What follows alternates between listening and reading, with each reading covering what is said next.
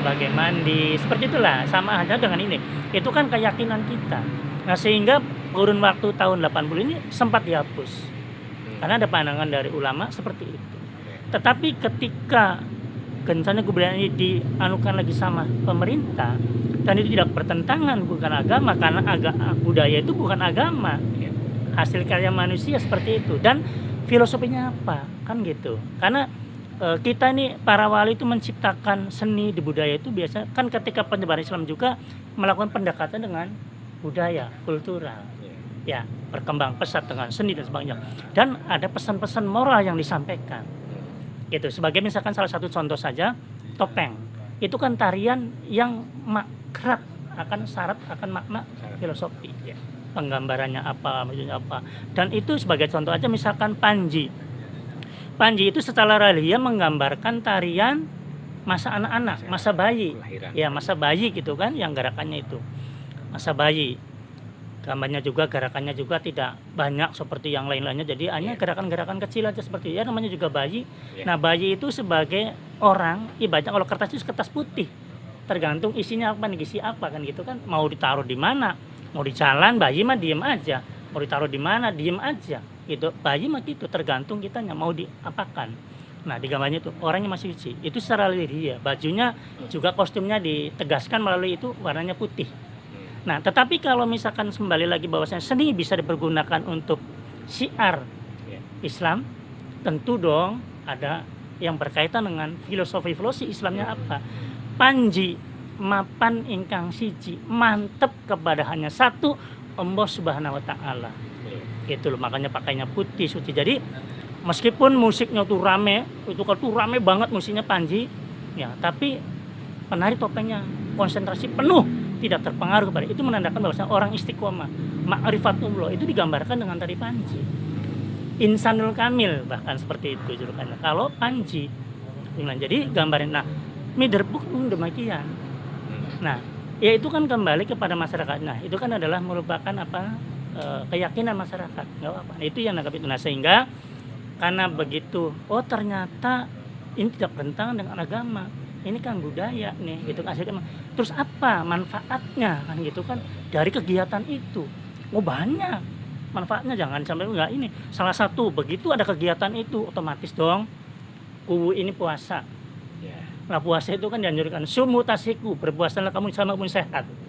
Puasa. Yang kedua, ketika setar Mas Mai finish 1 hari penuh, itu beliau ya rombongan itu tidak lepas daripada pengucapan secara talbiyah. Ya kalimat itu diungkapkan terus, tidak putus kan. La ilaha illallah, la ilaha illallah. Nah, ini kan tidak ada sesuatu yang berkata zikrullah kan gitu kan. Nah, zikir. Nah, nilai wahyunya kan barangkali nilai wahyunya itu ada. Jadi itu. Yang selanjutnya bahwasanya sebagai media pemersatu warga, jadi pasti bagus kalau mananya positifnya kan gitu kan, pemersatu warga pasti, oh my god. Selanjutnya masyarakat secara umum tahu, oh ada peninggalan pusaka yang harus kita lestarikan sebagai amanat Sunan Gunung Jati, gitu loh, dirawat, jangan sampai soalnya dirusak sebagai bukti sejarah, karena beliau yang akan ngomong gitu kan, dia akan ngomong begitu ini, oh dilihat ini pasti dia akan ngomong, jadi tahu ya, katanya menghargailah jasa-jasa para pahlawannya. Nah, kalau para kiai itu kan merupakan pembuka pedukuhan, memberi lahan buat pembenggal kita. Nah, kita tinggal menempati saja.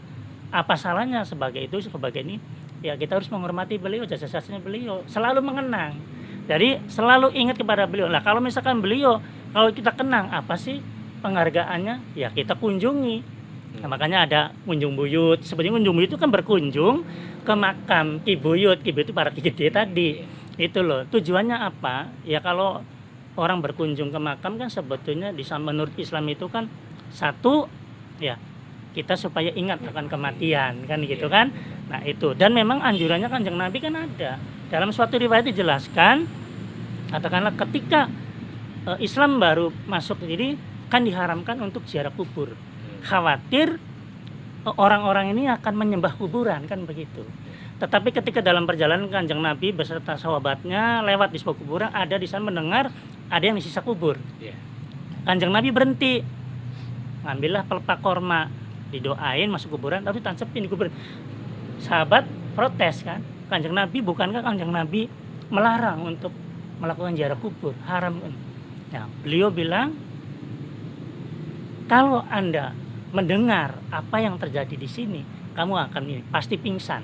Ini di sini ada yang disiksa, siksa kubur.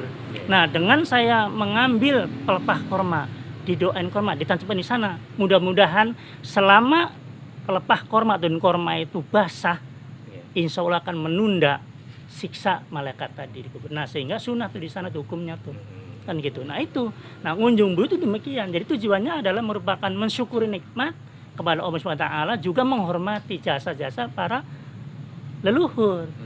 Ya ibaratnya kita kan wajib hormat kepada orang tua kan, tadi dikatakan hormati orang tua, hormatilah katakan leluhur. Itu Sunan Gunung Jati yang bilang, bukan saya kan gitu. Peta peti seperti itu. Jadi berkewajiban, jadi banyak matinya. Nah, cuman kalau pandangannya misalkan pandangan negatif, ya tentu saja negatif, jelas dong. Kan iya, wong seneng beli kurang pengalem, wong sengit beli kurang penganggit kan begitu ya manggitnya. Kan itulah kira-kira Mas Edeng. Jadi sehingga saat sekarang masih tetap dilestarikan. Ya memang itu, makanya saya ketika katakan ada kegiatan itu selalu mengedukasi kepada masyarakat. Ini loh sejarahnya seperti ini, tujuannya ini, masyarakat seperti ini, ya seperti inilah kira-kira. Jadi mengedukasi kepada masyarakat. Tentunya kegiatan itu ada macam-macam. Jadi kan muter sawah, dari kasih itu ada muter gelang, yang bertasnya sama Panji itu, ya sama. Itu jadi itu Mas Edeng. Mungkin ya, itu. Ini lagi satu hal Pak Haji, soal ketika ini sudah tercatat menjadi bagian dari WBTB. Kemudian kita melihat juga beberapa peristiwa di tempat lain, ternyata adat istiadat yang berlangsung di sebuah desa itu kemudian menjadi semacam komoditas pariwisata, tetapi jadi lebih banyak masuk unsur gimmicknya gitu Pak Haji. Artinya betul bahwa ritus itu adalah bagian dari warisan budaya tak benda. Kemudian beberapa orang diantaranya menyadari bahwa ini memiliki potensi pariwisata, tetapi beberapa diantaranya juga memanfaatkan itu sebagai bagian dari bagaimana cara menciptakan gimmick, gitu lah. Karena ini lagi musim hari ini Pak Haji, ya ritus, ya situs, misalnya juga kemudian makanan tradisional, gitu kan. Ada yang tiba-tiba bikin apa misalnya segar rempah kegiatan apa gitu kan, yang di desa itu memang sebenarnya tidak ada akar sejarahnya gitu lah. Itu gimana menurut Pak Haji? Iya, jadi ketika katakanlah kita akan dijadikan sebagai sertifikasi kasih budaya tak benda, tentunya dari kuliner, dari kegiatan gitu kan, seperti katakanlah empal gentong, atau yang baru-baru sekarang itu proses muludan yang dituk, yang masuk seperti itu kan bisa benda. Yang penting pada ketika katakanlah akan dijadikan atau sertifikasi BPTB, ada kriteria yang ditetapkan, syarat-syarat secara formal. Itu yang penting. Yang pertama, katakanlah ada semacam skripsi lah. Ya, ajak skripsi, ada data penelitian dari akademisi yang meneliti tentang itu, kegiatan itu yang dua. Yang selanjutnya adalah dokumentasinya berupa foto-foto atau video seperti itu. Nah, sehingga ini layak tidak diangkat, kan gitu kan, layak tidak diangkat. Ya sekarang kalau muludan saja, muludan itu kan sebetulnya ini kan peringatan Maulid. Ya Maulid. Isinya di sana apa sih? Panjang jimat. Panjang jimat itu sebetulnya Mas Edeng, panjang itu katakanlah terus-menerus, continue. Jimat itu siji yang di rumah. Satu yang kita pegang yaitu 2 kalimat syahadat, itu menurut penjelasan Sultan. Bukan jimat yang panjang. Iya, tapi itu pun bisa saja konotasinya ke jimat itu ada, karena apa? Yang kita arak itu adalah pusaka-pusaka peninggalan Sunan Gunung Jati, piring panjang, tombak dan sebagainya, tapi utamanya piring panjang. Nah, prosesi panjang jimat di sana sebetulnya menggambarkan prosesi kelahiran seorang nabi saat itu, yaitu Kanjeng Nabi besar Muhammad SAW. Gitu loh. Karena apa? Iring-iringnya panjang jimatnya tuh, iring-iringnya tuh pertama itu lilin. Pasukan lilin, ya. Pasukan lilin itu menandakan malam hari. Simbol malam hari. Nah, di sana ada senopatinya keluar. Nah, senopati sebagai menggambarkan simbol daripada Abdul Muthalib yang mencari dukun. Itu. Terus ada lagi misalkan panjang satu air ketuban. Air ketuban itu dilambungkan air mawar itu ada. Jadi air ketuban terus darah, terus pesultannya tuh keluar itu bayi. Nah bayi terus ada tumpeng jeneng karena manusia tidak akan bisa dipanggil kalau belum ada jenengnya. Tumpeng jeneng itu namanya siapa? Nanti hai. Iya. Tumpeng jeneng. Nah terus piring panjang 1, 2, 3 sampai 7 itu 7 hari. Hari Senin, Selasa sampai dengan Minggu. Jadi prosesi menggambarkan itu sebetulnya itu. Tapi karena dikatakanlah tadi panjang jimat adalah panjang itu terus menerus dari dulu sampai sekarang tetap dilestarikan. Nah, jimatnya itu satu yang di rumah saya sadar. Tapi Pak jimatnya ke sana ya boleh tuh yang dipanjang yang diaraknya juga jimat artinya peninggalan masa lalu. Sekarang kalau piring panjangnya Sunan Gunung Jati tahun berapa kira-kira? Iya kan? Sunan Gunung Jati masuk ke Cirebon 1470. Diangkat menjadi Raja Cirebon 1479. Ya, terus merdeka 1482. Nah, kira-kira abad segitu tuh. Itu kan berapa ratusan tahun, kan? Nah, jadi artinya patut kita lestarikan. Kalau misalkan kita benda-benda yang sekarang mau beli di mana aja sih gampang. Tapi kalau bendanya itu lama, ya kan susah, hilang. Makanya kita wajib kita lestarikan. Sebetulnya itu Mas Edeng. Makanya pusaka yang di desa itu baju takwa, baju motif sini itu kita tetap lestarikan. Waduh, hampir sedih kelihatan prihatin karena hancur tidak bisa merawat. Andri taruh gitu aja. Jadi mungkin itu Mas Edeng. Jadi harus ada penelitian akademisi. Ada dokumentasinya. Dan memang ini layak katakanlah bisa untuk jalan pariwisata, sebetulnya layak. Sekarang kalau ada kegiatan terus nih memayu. Itu kan memayu itu kan ganti welit. Tetapi sudah menjadi target nasional. Nah, gitu. Nah, anak saya ini lagi S2, ya itu memayu. Sama adat memayu, pengiring memayu, sama tari bahasanya seperti itulah. Jadi bisa dijadikan komoditi pariwisata sebetulnya. Tinggal bagaimana dikemasnya itu. Karena pariwisata itu kan tetap kaitannya bagaimana ini layak untuk dipromosikan. Yang udah fasilitasnya untuk misalnya kalau banyak pengunjung kan, parkirnya harus ada alamannya. Terus katakannya toiletnya harus lengkap. Itu lengkap. Terus ini jadi tertata dengan baik. Seperti itulah. Jadi ini layak untuk menjadikan media itu dan bahkan banyak wisata-wisata yang berkaitan dengan adat istiadat. Seperti itu di mana-mana seperti itu. Itulah kira-kira kayak nadran itu kan adat istiadat. Yang tanpa dikomando. Iya, tanpa komando udah orang datang sendiri. Oh ada lelumban, sebenarnya lelumban orang sebenarnya bilang lelumban atau pesta laut atau nadran. Itu tanpa dikomando ada ini wah langsung datang semua. Oh terus mian wah datang semua. Muludan udah tanpa komando datang. Itulah kira-kira Mas Edang. Jadi pasti kalau memang itu memenuhi syarat untuk dijadikan sertifikasi di BPTB, kenapa tidak? Itulah itu sebagai catatan. Ya Mas Aceh kan ketua Berai Sekar Pusaka udah menjadi BPTB, berarti kan udah diakui tingkat nasional. Tinggal bagaimana melestarikan itu karena apa sudah hilang. Berai itu kan masanya masa Pangeran Panjunan. Abad 15 lagi kan gitu. Nah, kalau nggak dilestarikan Mas Aceh, orang tua-tua semua udah pada meninggal, nggak ada yang nerusin, bubar, nggak tahu anak sekarang itu mana Berai. Gitulah kira-kira. Karena apa? Anak sekarang ya pengaruh itu kenapa kebudayaan itu menurun, destrukasi itu karena satu kemajuan teknologi. Teknologi gitu kan ya seperti HP apa termasuk itu budaya-budaya barat ke sini. Terus remaja-remaja itu kadang-kadang segen. Pengennya pasti saja. Kadang HP, udah kalau HP ini kasih nih HP 1, udah asik. Peduli amat dengan orang udah main HP ada asik 2 jam gini aja. Nggak peduli dengan kita. Nah, sementara kita masyarakat Indonesia membanggakan luar negeri, mempelajari luar negeri, sementara orang luar negerinya justru belajar di kita. Lah ini kebalik-balik kan gitu kan. Ya sebagai contoh teman kita punya Mr. Eric. Ya, dari Santa Barbara gitu kan. Beliau belajar tentang gamelan. Gamelan renteng di sini berapa tahun itu mempelajari. Lah orang sebenarnya sendiri, orang kitanya sendiri nggak ada yang belajar. Orang Amerika belajar. Di sana udah mendirikan sanggar Sinar Sang Surya. Bahkan sudah mengeluarkan hampir 100 lagu. Didokumentasikan, itu dikirim lagi, saya juga punya kasetnya. Itu beliau seperti itu. Nah, kita nggak ada. So, kalau misalkan Berai ya misalkan Abu udah selesai. Tapi tidak didokumentasikan per item satu, oh lagu ini satu gitu kan, sih kan biasa betul ya, tidak bikin satu-satu, coba dibikin satu-satu, lagu ini begini nggak apa-apa, jadi nanti kan banyak tuh, itu akan lebih bagus dokumentasinya seperti itu. Nah, anak-anak sekarang enggan ke mempelajari budaya kita, lebih bangga budaya luar negeri. Nah jadi dengan metode Sangkan ini Mas Edeng yang dilakukan di konsentrasi ini merupakan suatu edukasi ke masyarakat, ke generasi muda, oh ternyata ada kegiatan yang mampan bagus nih. Nah kalau kita nggak ada, siapa lagi kalau bukan mereka kan gitu. Nah kalau merekanya sudah beralih ya bagaimana? jangan tanya kalau udah diklaim sama negara lain kan gitu. Kira-kira begitu Mas Edeng. Karena itu saya harus geser ke Kang Aceh yang tadi sudah gagal mengeluarkan jimatnya.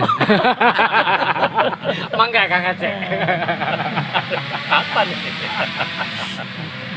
Apa nih? Bebas saja. Aduh, apa nih? Yang kaitan dengan tradisi ya. Kalau tadi di Bojong Wetan itu memang sangat luar biasa, masih tertata juga jimat-jimatnya Kang Edeng atau peninggalan-peninggalnya. Mungkin ada beberapa hari barangkali nanti Kang Edeng pengen tahu, itu di desa Sumur Bulak itu akan ada acara Mider Book sama. Dan benar apa yang dikatakan ya apa tadi bicarakan sama Pak Haji Toto. Jadi peninggalan leluhurnya itu berada di rumah kuwu. Dan itu memang turun-temurun gitu. Jadi nanti senjata itu kita udah pernah ke sana juga Kang Edeng. Pernah ke sana, jadi lihat ternyata benar. Jadi di rumah kuwu itu ada satu ruangan. Setiap kuwu yang jadi itu dikhususkan ada satu ruangan untuk tempat penyimpanan pusaka itu. Nanti beberapa hari kayaknya minggu-minggu sekarang ya, kalau nggak salah itu ada di Sumur Bulak, Arjawinangun ya sekarang. Mungkin itu. Kali ini Brai yang sudah jadi WBTB gimana? Oh. Kalau Brai yang sekarang udah menjadi WBTB tahun 2023 ya. Alhamdulillah berkat kerjasama Budpar Kabupaten, juga masyarakat Desa Wangunarja dan terutama pemerintah Desa Wangunarja. Terus Mas Edeng ya. Belum lagi ini pecinta Brai ini luar biasa. Memang sangat luar biasa. Jadi itu bentuk tadi yang udah dibicarakan sih sebenarnya. Jadi emanen rawatan lan mulyaken ing pusaka. Alhamdulillah di Desa Wangunarja itu ada salah satu peninggalan yang sangat luar biasa, yaitu Brai Sekar Pusaka. Dan kitabnya masih utuh. Kitabnya masih utuh sampai sekarang. Yang keluarnya 1 tahun sekali, yaitu setiap bulan Maulid di tanggal 13 Maulid. Jadi barangkali nanti tim konsentrasi ini pengen tahu kitab yang aslinya itu tanggal 13 Maulid plus ngeluarin semua jimat-jimatnya itu yang satu kamar itu keluar. Itu mungkin sedikit perihal Mider Book. Dan di kita juga masih ada dulu Mider Book. Sekarang yang sekarang masih dilaksanakan itu cuma di kita aja di blok di Wanakerta atau Wanakersa itu, atau di Kertayasa itu masih ada di blok kita, masih dilaksanakan. Termasuk yang tadi bahwa ada beberapa kayak tadi gimmick ya. Kalau sebenarnya di 12 bulan itu di Cirebon itu ada sedekahnya kayaknya deh. Dalam 12 bulan itu ada sedekahnya. Seperti kalau di kita itu masih dilaksanakan. Kayak kemarin baru Rajaban, nanti Rohan, lagi unggah-unggahan puasa, Sawalan, Muludan, terus Jumadil Awal, Jumadil Akhir dan sebagainya itu ada sodakonya. Saparan itu masih ada, kayak nanti Suroan itu ada semua. Itu dalam 1 bulan, dalam 1 tahun itu ada gitu, seperti itu. Bentuk rasa syukur, termasuk Mider Book itu adalah bentuk rasa syukur. Tadi Mama Kuwu itu bisa dipercaya oleh masyarakat setempat. Jadi bentuk rasa syukurnya beliau Mider Book. Mider Book itu perbatasan tadi apa yang bilang sama Pak Haji. Dulu masih ada Pak Haji namanya Sasak. Book itu bisa dibilang juga namanya Sasak. dulu masih ada sasak-sasak itu buk. Jadi setiap perbatasan itu ada buk dan ada namanya sasak. Jadi, Sasak itu semacam kali atau sasak itu kayak parit ya, ya, kayak parit itu sasak namanya. Ada buknya tapi Iya, ada tengere, iya, ada iya, tengere, iya. ada tengernya. Itu namanya meter book. Mungkin sedikit Kang Edeng, beliau lebih tentang meter book. Nanti barangkali pengen tahu itu nanti insya Allah di desa Sumur Bulak Iya. itu akan dilaksanakan meter book. karena baru, mungkin ya kubunya baru gitu. Atau Enggak, kalau jadi itu memang nanti setiap tahun. setiap tahun kalau itu setiap tahun. Jadi awal setiap bertepatan- tahun. tidak mesti bertepatan dengan pelantikan kubu. Tidak. Tidak. Jadi, Jadi kalau di yang kubu Sumur berkewajiban. Bulak itu kalau dulu benar itu Pak Haji ngomong bahwa setiap ini padi itu mau menguning. Nah, tapi kalau di Sumur Bulak itu pas tandur Pak Haji. Oh, tandur. Bedanya di situ. Pragat tandur terus diterbuk Iya. bari tandure dadi. Kalau panennya setahun 3 kali, Pak Haji. Tetap setahun sekali ya. Kali. Ya, mapak Iya. sedikit telu. Iya. Ya barangkali Iya. kalau pertandanya adalah padi menguning misalnya. Iya. Setahun panennya 3 kali. Iya, misalnya. karena sekarang paling gitu kali. Satu kali aja cukup. Nah, tadi Gitu. saya menambahkan ke Mas Aceh tadi Iya. menyinggung masalah adat meter desa ya. Kalau misalnya meter desa itu kan ada pusaka yang di Desa Selangit itu cis. Cis. Ya, cis bermata kepala 4 naga. Ya, emas Itu itu. masih kurang lebih sekitar 1 meter lebih lah. Cis itu apa, Pak Haji? Cis itu semacam Tombak. tombak kecil yang buat kalau cis itu yang buat orang sholat Jumat itu khotib iya. itu kan cis namanya. Cis itu tombak sih. Itu di ujungnya itu naga 4. Ya. Kepala naga ada 4. Di Iya. ujung. Nah, itu filosofinya kan naga kan banyak banget. Nah, itulah kira-kira Mas Edeng. Jadi sama kegiatannya sama, hampir sama kan memang para gede kan sama ya. Iya. Anunya kan sebetulnya sama. Pucuknya ada di Sunan Gunung Jati, budayanya ada di Sunan Kalijaga gitu kan harus sama. Tentunya ini kan hanya melestarikan sebenarnya turun menurun aja. Karena yang punya kebijakan adalah kubu tadi Ah, gitu. Tapi adakah kubu itu ada? Gitu karena mungkin belum paham. Nah, tapi sekarang sudah banyak kan. Yo kira budaya saja yang penting jalan aja kan. Seperti katakanlah di Warukawung ada gitu kan. Iya. Itu keliling sekarang di anu kan. Ada Mas. Ada keliling batas-batas wilayah. Itu jadi artinya kalau sekarang itu kerennya belusukan. Nah, kalau pejabat ya kadang bupati, gubernur, presiden gitu kan. Belusukan itu ketika akan mencalonkan kan gitu, belusukan. Tapi beliau sih sudah jadi belusukan tuh. Terus karena itu dilestarikan. Kan gitu, sama belusukan sebetulnya itu kan mencari belusukan itu mencari apa sih program yang akan dilaksanakan ke depan, permasalahan yang ada di masyarakat, yang dibutuhkan masyarakat apa, langsung itu kubu-kubu itu mencatat, lebih tahu. Jadi bukan oh Pak Tulis apa, oh itu aja Pak Kubu. Nah Pak Kubu saya nggak tahu. Artinya jangan sampai pejabat itu hanya duduk di belakang meja, mesti turun dong. Makanya di desa saya itu ada lambang itu 2 di sana itu tokoh pewayangan. Yang pertama adalah Narada, yang kedua adalah Dewi Permoni. Itu digambar sekitar abad 17-an lah. Iya, masih ada sampai sekarang. Sebetulnya filosofi. Nah, Narada itu kan seorang dewa, gambaran seorang dewa Narada. Tapi jadi kebayan dewa. Kan itu kebayan itu pengabdi daripada Batara Guru kan gitu kan. Lah kenapa seperti itu? Itu melambangkan ulama. Seorang ulama kan udang-udang ya, ulama. Nah, orang ulama itu kalau sikap daripada Batara Narada itu kan meskipun dia seorang dewa, dia selalu turun ke bumi. Nah, jadi seorang pemimpin itu khususnya untuk kubu dan pemimpin siapa aja kan pemimpin keluarga, pemimpin RT kan semua pemimpin. Harus apa? Ya harus bisa berinteraksi dengan masyarakat, menerima kritik sarannya, memberikan pelayan gitu kan. Itu kan seorang pimpinan, contohnya. Nah, kalau sekarang kan tidak, kadang-kadang kan ya udah begini aja sudah kan gitu kan. Dimana? Nah, sekarang mah terjun langsung. Ya, kalau kubu gitu. Ya bapak saya itu dulu 24 jam Mas Endang. Tugasnya 24 jam. Kalau sekarang jam 2 bubar, pulang. Belum jam sendiri udah nggak ada. Kan gitu ibaratnya. Kalau dulu mah enggak.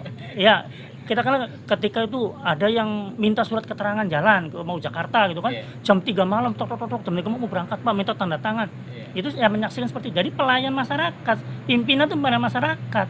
Ya bukan pengatur, bukan ini. Nah berbeda. Jadi belusukan itu kalau ada maunya, kalau di sini nggak ada sudah. Kan gitu loh. Dan sekarang sih langsung lah. Jadi udah, oh begitu. Jadi nggak percaya, misalkan dari kantor Pak Kubu aja airnya begini, bener nggak? Langsung ninjo. Itulah kira-kira manfaat daripada tujuan daripada menbur tadi. Jadi manfaatnya sangat banyak. Berkaitan dengan ketika itu sudah jadi dicatat sebagai WBTB, apakah juga sekaligus menjadi kesadaran bagi warga untuk tetap melestarikan tradisi tersebut, Pak Haji?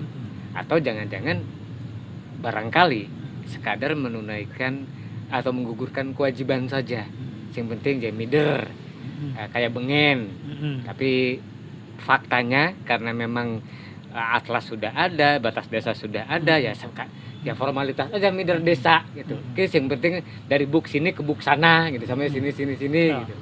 Gimana yang terjadi sekarang? Jadi sebetulnya kalau yang dari sekarang ini khususnya di desa saya itu Mas Edeng, tetap kubu itu melakukan perjalanan itu tetap melalui batas wilayah yang sebetulnya.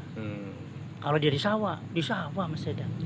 Kalau ke kali turun ke kali. Bahkan saya ini ikut ketika katakanlah ada sesuatu, kan beliau itu kan bawa pusaka tuh, kadang bawa pusaka. Ini nggak logika ya. Ini sih artinya kalaupun dianggap nggak logika lah. Saya ini atlet Mas Edeng. Atlet bola voli, atlet silat. Secara fisik nih mampu.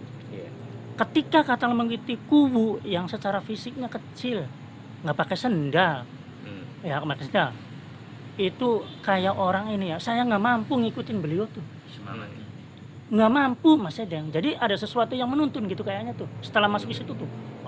Jadi kita nggak mampu, fisiknya nggak kuat ngikutin kubu, sementara kubu sini tek monyok sini ke sini. Jadi kayak apa gitu seperti itu barangkali yang mungkin yang kaitan dengan goibnya ya. Barangkali dikawal leluhur? Ya mungkin seperti itu. Karena apa? Ya ini kejadian.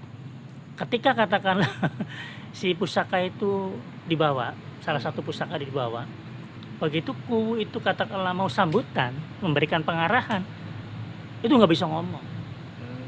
Sudah mencucurkan air mata lah. Sudah mencucurkan air mata tuh nggak bisa ngomong, terbatas-batas ngomong. Sama halnya dengan kita waktu katakanlah ziarah ke tanah suci, ngelihat Ka'bah tuh udah nangis duluan. Nangis aja bawaannya tuh seperti itu Mas. Ada sesuatu yang tuh gelombang itu. Nah itu barangkali yang diyakini oleh Kusta itu, oh ternyata memang ada, nggak sembarangan pusaka itu seperti itu. Makanya kalau sama diremenin betul sih, ya katakanlah diukupi, kata orang itu kan dikasih ini sebetulnya diukupi itu kan salah persepsi. Oh diukupi ngundang setan, gitu kan? Kemenyan ngundang setan, padahal bukan. Kemenyan itu adalah salah satu pewangian, bentuk pewangian. Ya ada kayu gahru, gitu kan? Ada kayu gahru, cendana. Iya, terus kemenyan Arab gitu kan. Nah bahkan kalau Jawa mah kemenyan hitam. Wah ini syirik nih, undang setan. Padahal bukan. Kalau dari Madura berarti nggak ngundang setan karena putih. Padahal bukan tuh apa? Ini kan pewangi. Kalau sekarang ada parfum. Kalau dulu kan tidak ada, adanya garu-garu dibakar, menyan dibakar untuk pewangian di satu. Yang kedua, kenapa pintu makam Sunan Jati yang pintu 4, pintu Pasujuan itu selalu dikebulin menyan? Ternyata asap dari kemenyan itu mampu melindungi daripada kehancuran gubuk atau rayap. Itu Mas Edeng, ternyata seperti itu pewangian sebenarnya. Nah kita menyaksikan seperbandingan saja, saya pernah menyaksikan bos saya itu ketika melakukan peresmian pembangunan kantor, memanggil orang-orang dari kampung Panjunan. Notabene 100% Arab semua dong. Itu ketika dari mulai ritus atau berdoa bersama itu yang namanya kemenyan putih dibakar itu dari mulai start sampai itu nggak habis, bahkan mulek. Wah gitu. Nah ternyata beliau yang Arab itu nggak mesirikan dong. Nah ternyata kalau menyan kita kan dibakar sebentar lagi hilang. Tapi itu Mas Edeng dari mulai awal sampai terakhir katakan 3 jam. 3 jam itu yang namanya asap kemenyan putih itu orang Arab itu nggak hilang. Itu Panjunan itu. Orang-orang Panjunan, golongan Abah Umar gitu kan, Abah Amang gitu. Itu Mas Edeng. Jadi ya karena kenapa orang-orang kata memandang itu bahwasanya syirik, karena memang belum mendalami apa sih itunya, hanya gitu, tapi kalau didalami apa kan gitu kan. Iya, sebagai contoh misalkan ada istiadat 7 bulanan, itu kan dibikin rumah-rumahan. Apa sih maksudnya? pesan doa melalui itu, mudah-mudahan kelak ini anak yang baru nikah itu nanti kelak bisa membangun rumah, kan memiliki rumah, kan gitu Mas Eda. Nah terus kan pada saat dimandiin kan ada anak kelapa bulan Pak, kelapa bulan digambar itu kan, ya terus mandi projol gitu kan. Nah itu ada semacam simbol, mudah-mudahan kata anak kelak anak ini gengser lahirannya gitu, muda. Kan ada anak yang katakanlah perempuan yang baru hamil kadang-kadang udah masuk rumah sakit 3 hari terus 1 minggu nggak lahir-lahir. Ada seperti itu, bahkan yang sungsang gitu kan. Harapannya iya sebagai pesan, gambaran, simbol, oh mudah-mudahan kelak doa semua ya kita tuh lahirannya gengser, cepat keluar anaknya gitu lah. Makanya kelapanya kelapa bulan bukan kelapa dugan. Kelapa bulan itu satu bentuknya warnanya kuning, jadi bersih lah, ayu kuning bening. Yang kedua ngambilnya juga tidak terlalu tinggi, kadang-kadang naik ini Dan aja, cuman nggak boleh jatuh. iya nggak boleh jatuh karena nanti kan ada warnanya. Nah terus digambarnya apa? Digambarnya Arjuna. Biasanya Arjuna, kenapa sih gambarnya Arjuna bukan Dorna aja kan gitu kan? Karena apa? Memberikan simbol pesan itu, mudah-mudahan anak kita gitu kan lahir itu seperti gantengnya seperti Arjuna. Seperti itulah kira-kira, sama Dewi Waro Sembodro biasanya gitu kan. Itu Mas yang jadi pesan-pesan aja, ada Arabnya, ada apanya, ada bahasa Jawa itu sebetulnya itu. Nah, terus buyung yang dibawa gitu kan. Terus ditaruh di perapatan, dipecah. Isinya kan macam-macam, itu apa? Simbol bahwasanya itu lahirannya yang muda. Kayak gitulah. Terus di perapatan. Perapatan itu kalau dalam musika ini itu adalah merupakan lintasan goib atau goib. Itu pesannya di sana. Kenapa sih nggak di pojok baik? Kenapa mesti di perapatan, kan lari-lari kan gitu ke perapatan? Itu simbol-simbol pesan-pesan moral. Jadi kalau kita memandang hanya oh ini hanya merupakan apa namanya kegiatan seperti itu aja, tidak dianukan maknanya apa sih? Kajiannya apa sih? Ya sudah, taunya seperti itu. Nah kalau misalkan kita lihat dari topeng begitu, ya sudah hanya seperti itu. Tapi kalau kita kedalami, oh ternyata pesannya seperti ini, topeng itu oh seperti ini. Karena apa?